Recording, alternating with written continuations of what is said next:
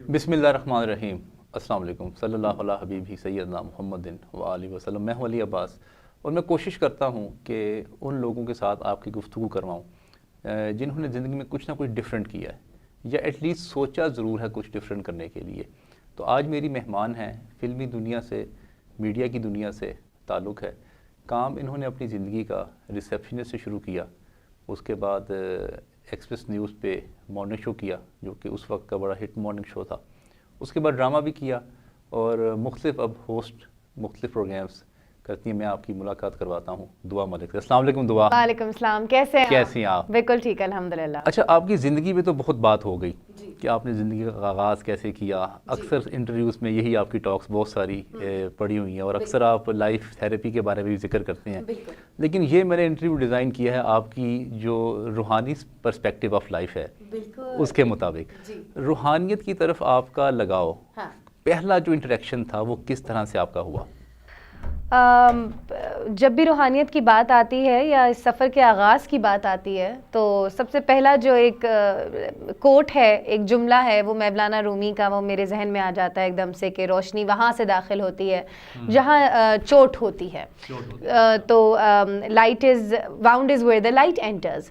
सो ज़ख़म, तकलीफ़ें या दर्द ज़िंदगी का वो हिस्सा होता है जहाँ से मुझे लगता है नूर इलाही शायद आपके दिल में दाखिल होना शुरू हो जाता है समहाउ। सूफ़ी लोगों के ज़रिए, दोस्त अहबाबों के ज़रिए, किताबों के ज़रिए, इट कुड बी एनीथिंग। चोट क्या थी? चोट पे फोकस करें ज़रा, क्योंकि ये जो चोट है ये नुक्ता आगाज़ है आपका सफ़र रूहानियत की तरफ जाने के लिए। अच्छा, अगर मैं कहूँ कि चोट एक नहीं थी, चोटें बहुत सारी। जो सबसे बड़ी है और जो पहली वाली है उसका जिक्र कर दें।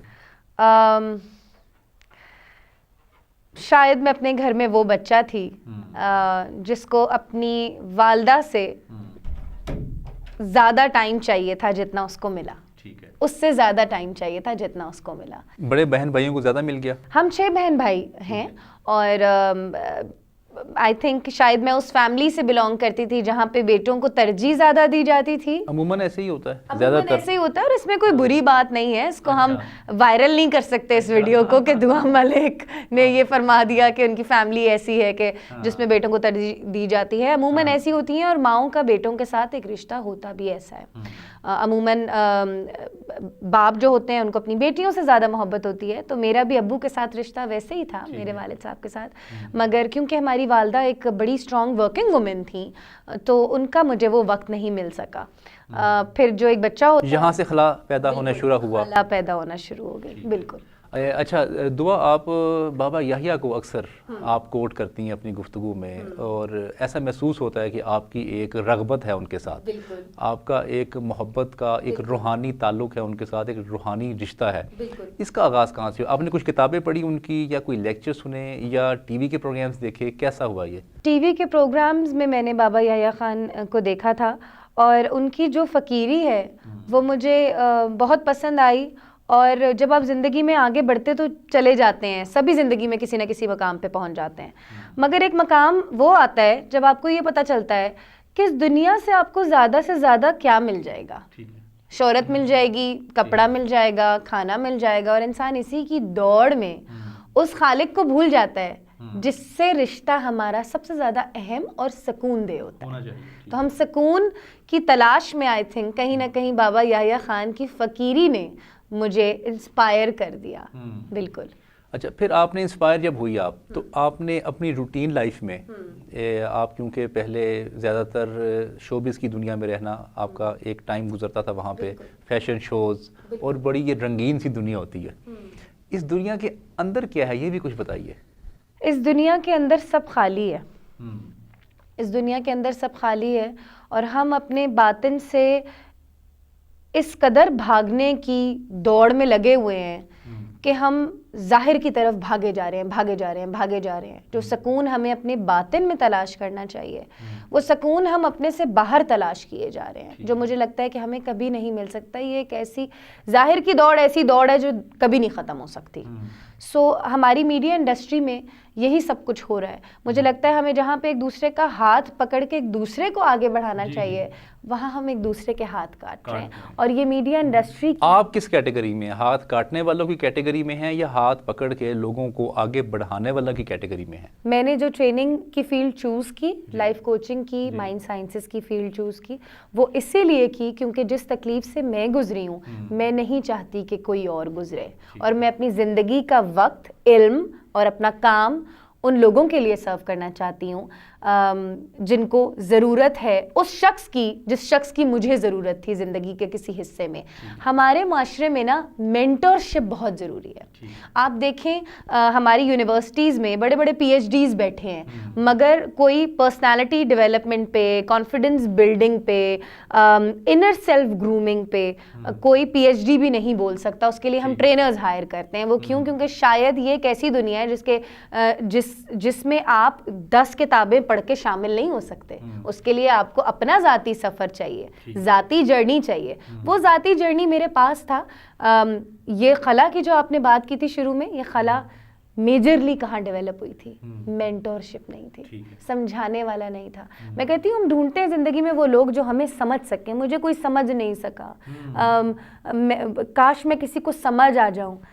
समझना ज़रूरी नहीं है। क्या आप अपने आप से बात पूछें, आपको कोई समझाने वाला है? क्या आपको कोई गाइड करने वाला है? यहाँ कोई गाइड नहीं करता अली किसी को। बहुत कम ऐसे लोग हम देखते हैं जो गाइडेंस प्रोवाइड करें। और इसीलिए औलिया अल्लाह, तमाम जितने भी सूफ़ी लोग होते हैं, इंडिविजुअल्स होते हैं, वो अल्लाह के भी करीब होते हैं। और आप भी उनको एक नज़र देखेंगे तो आपको भी प्यार हो जाएगा। क्यों? क्योंकि वो गाइडेंस होते हैं, गाइड करते हैं। Guidance is very important. ठीक है, दुआ ये क्योंकि हमारी ये गुफ्तगू A1 TV जो लंदन है वहाँ भी देखी जाएगी और पाकिस्तान के जो TV यहाँ भी देखी जाएगी। और आपने भी अपनी ज़िंदगी का 2 साल तकरीबन जो एजुकेशन के टाइम था आपका, वो आपने लंदन में गुजारा।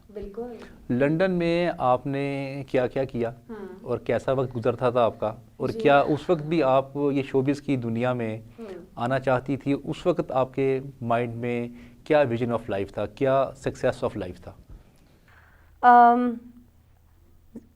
जब मैं इंग्लैंड में थी, वो ज़िंदगी का एक ऐसा हिस्सा था और ऐसी उम्र थी जब मैं सक्सेस को अपने ग्रेड्स पे रेट करती थी, डिग्रीज पे रेट करती थी, जॉब्स पे, लेवल ऑफ जॉब्स पे, अचीवमेंट्स पे ग्रेड करती थी। अब मैं ज़िंदगी के उस हिस्से पे हूँ जहाँ मैं दिल के सुकून पे रेट करती हूँ सक्सेस को।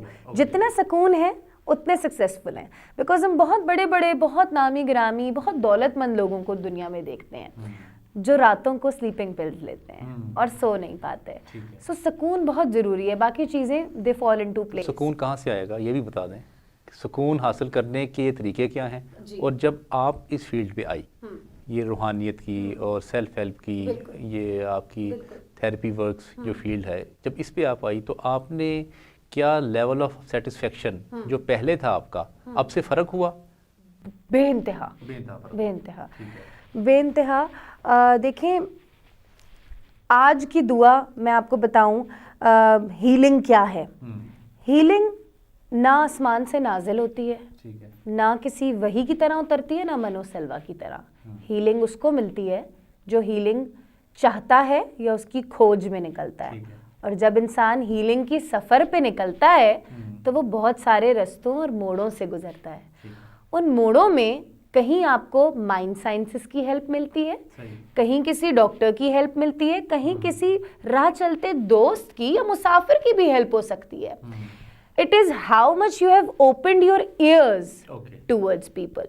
आपकी आंखें कितनी खुली हैं, आपके कान कितने खुले हैं हीलिंग को परसीव करने के लिए। अगर आपको अगला कुछ समझा रहा है या नहीं भी समझा रहा, तो आप उसकी बॉडी लैंग्वेज, उसकी बातों, उसकी जर्नी, उसके विजडम से कितना सीख सकते हैं। अली, मैंने आपके साथ रह के बहुत कुछ सीखा। मैं जितना वक्त आपके साथ रही, आपने शायद सोचा भी नहीं होगा कि आप मुझे कुछ सिखा रहे हैं, कुछ आप जनरल बातें कर रहे थे, मगर जो आपका विजडम था उससे मैंने कई बातें हिफ्ज भी कर ली जो मैं शायद कहीं जाके आगे लोगों में बोलूँ और मेरी तरह किसी और की भी ज़िंदगी बदल जाए। अच्छा, लंदन में बताएं एक्टिविटीज़ क्या थी, आपका दिन कैसे गुजरते थे और वहाँ की जो एक एंटरटेनमेंट लाइफ है और थिएटर की, मूवीज़ की? ये आपने बहुत मुश्किल सवाल ये कर बताएं लिया। इसके बारे में। आप तो थिएटर और मूवी और क्लब्स के बारे में पूछ रहे होंगे, मगर मेरी ज़िंदगी में ये सब कुछ नहीं था। नहीं था, अच्छा। अली, जब मैं वहाँ गई तो मैं हर स्टूडेंट की तरह बहुत सारा पैसा किसी तरह मुश्किल से जमा करके गई थी। सब ऐसे करते हैं तकरीबन। बिल्कुल बिल्कुल, सब ऐसे ही करते हैं। और जब मैं वहाँ पहुँची तो मुझे पता चला कि जिस कॉलेज में मैं गई थी वो कॉलेज इट वाज फेक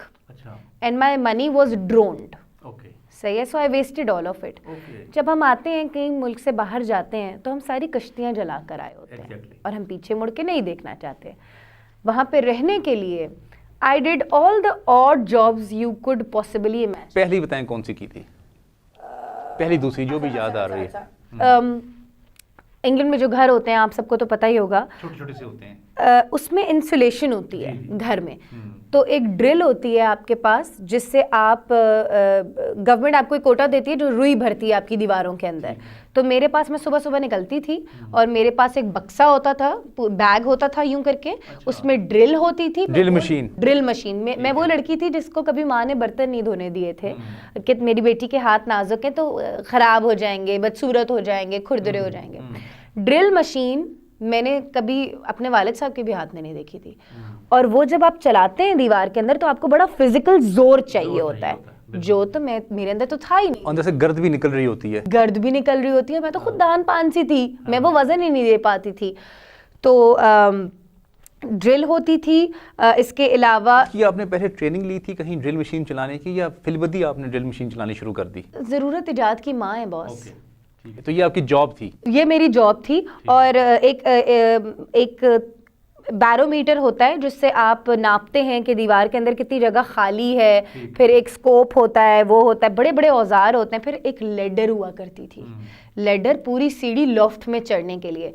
वो सीढ़ी और वो ड्रिल मशीन और वो सारे औजार और आले लेके मैं सुबह चलती जाती थी। कराची में, पाकिस्तान में बर्फ़बारी नहीं होती, बर्फ़ जब स्नो आइस बन जाती है तो चलना मुश्किल हो जाता है। तो मैं उस पर 10 दफ़ा फिसलती थी और मैं हर दरवाज़ा बजाती थी वहाँ पे जाके, और काम लेने के लिए। बिल्कुल, कि आपके घर में इंसुलेशन है, आपके घर में इंसुलेशन है। कुछ लोगों का बिहेवियर कुछ बुरा भी होता